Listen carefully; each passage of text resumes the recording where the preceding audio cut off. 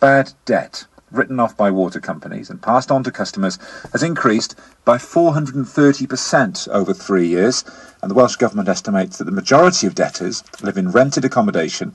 So they're considering forcing landlords to give their tenants' details to water companies in a bid to lower bills. Douglas Haig is the Director for Wales of the Residential Landlords Association. Good morning. Good morning. So how do you feel about this idea? Well, I think in principle it's something that we would generally support. I mean, I think everybody would understand that people should be responsible for their own water bills.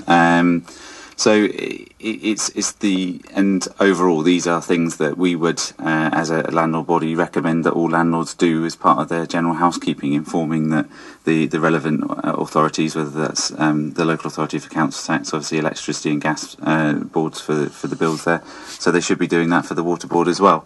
But as always, devil's in the detail, and we're concerned that this does open up, especially the smaller landlords, to some difficulties. Which would be what? Well, after a period of time, if the landlord doesn't inform the local authority, the water board, then they will become jointly and severally liable for that water bill with the tenant, up until the point where they do inform it. That's under these plans, yeah? That's under these plans, yes, sorry. So that the concern there is that a lot of the landlords that we're talking about are small landlords, one-property landlords, probably inherited a property or moved in with a partner and renting out the property because they can't sell it in the current climate. So they may not have changed the correspondence address for the water bills, and the tenant may be receiving them and not doing anything with them. So the landlord then would be liable and not necessarily know. So therefore could be facing quite a big bill. Yeah, and that's a small fear, isn't it, against asking landlords to take responsibility, which, I mean, there are many benefits to being a landlord. You don't have to do a great deal sometimes. So it's a small thing to ask, isn't it? Well, I'd possibly argue the point that you don't have to do a great deal. But, I mean, this does come on the back of two major consultations that are going to fundamentally change the private rented sector in Wales, and we're concerned about just the sheer volume of legislation that's being thrown at landlords at the moment.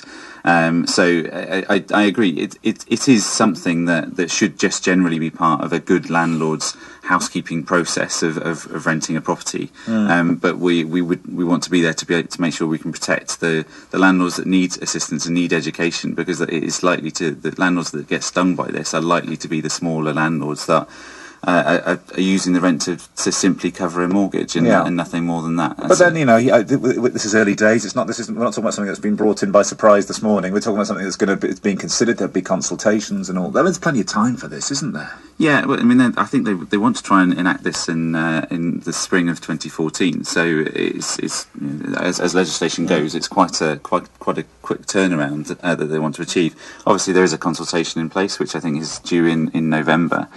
We obviously will be responding to that as a Residential Landlords Association. We would encourage all landlords to look at the proposals. They're quite simply written, and as I say, it's something that in general we support. If we can tweak a few things to not make the onus on the smaller landlords quite so great, then I think overall we'd be quite happy in supporting the proposals. Good. Thank you very much. Douglas Haig, the Director for Wales of the Residential Landlords Association. 30 minutes past 8 now. Two women from the